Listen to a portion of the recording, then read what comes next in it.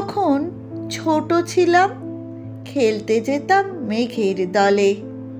একদিন এক মেঘবালিকা প্রশ্ন করল কৌতূহলে, এই ছেলেটা, নাম কি রে তোর? আমি বললাম, ফুসমন্তর। মেঘবালিকা রেগেই আগুন, মিথ্যে কথা, নাম কি অমন হয় কখনো? আমি বললাম, নিশ্চয়ই হয়, আগে আমার গল্প শোনো। সে বলল, শুনবো না, যা, সেই তো রানী, সেই তো রাজা, সেই তো একই ঢাল তরোয়াল, সেই তো একই রাজার কুমার পক্ষীরাজে, শুনবো না আর ওসব বাজে। আমি বললাম, তোমার জন্য নতুন করে লিখবো তবে। সে বলল, সত্যি লিখবি? বেশ, তাহলে মস্ত করে লিখতে হবে, মনে থাকবে, লিখেই কিন্তু আমায় দিবি। আমি বললাম, তোমার জন্য লিখতে পারি এক পৃথিবী।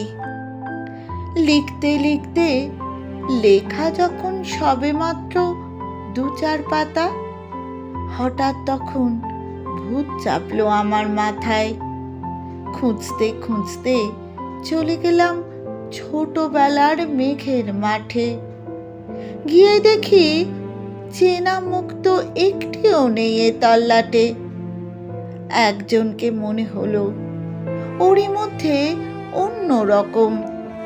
এগিয়ে গিয়ে বলি তাকে, তুমি কি সেই মেঘবালিকা? তুমি কি সেই?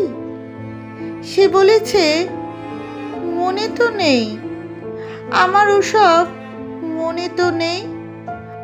আমি বললাম, তুমি আমায় লেখার কথা বলেছিলে। সে বলল, সঙ্গে আছে, ভাসিয়ে দাও গাঁয়ের ছিলে। আর হ্যাঁ, শোনো, এখন আমি মেঘ নই আর, সবাই এখন বৃষ্টি বলে ডাকে আমায়।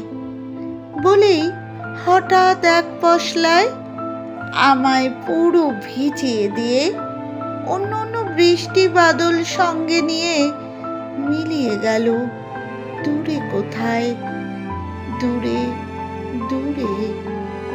বৃষ্টি বলে ডেকো আমায়,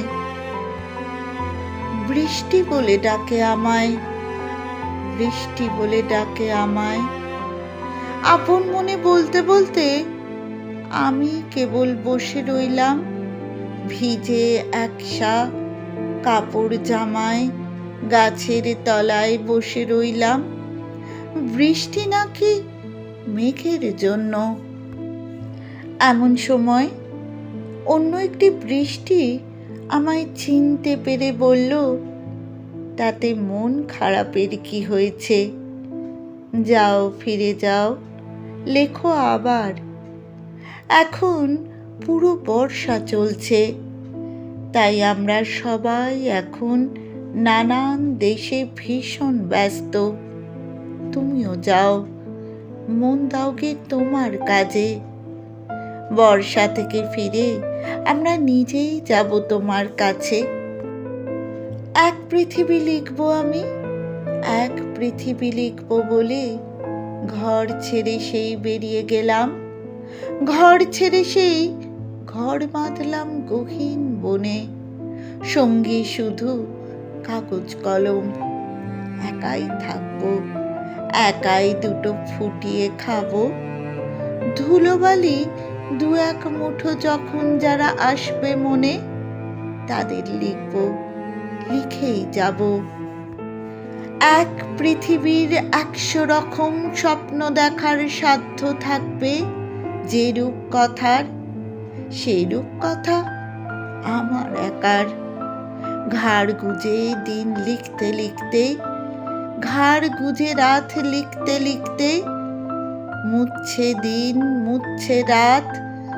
যখন আমার লেখবার হাত অসাড় হলো, মনে পড়ল সাল কি তারিখ, বছর কি মাস, সেসব হিসেব আর রাখিনি।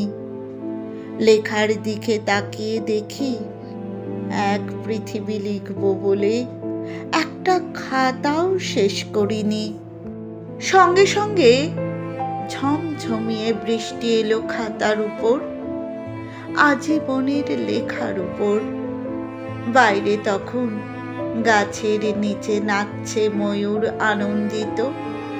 এই গাছ ও গাছ উড়ছে পাখি, বলছে পাখি এ অরণ্যে কবির জন্যে আমরা থাকি।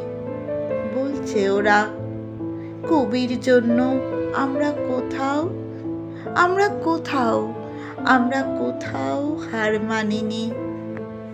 কবি তখন কুটির থেকে তাকিয়ে আছে অনেক দূরে, বনের পরে, মাঠের পরে, নদীর পরে, সেই যেখানে সারা জীবন বৃষ্টি পড়ে, বৃষ্টি পড়ে, সেই যেখানে কেউ যায়নি, কেউ যায় না কোনো দিনই। আজ সে কবি দেখতে পাচ্ছে সেই দেশে, সেই ঝর্ণা তলায় এদিক ওদিক ছুটে বেড়ায় সোনায় মোড়া মেঘ হরিণী, কিশোর বেলার সেই হরিণী।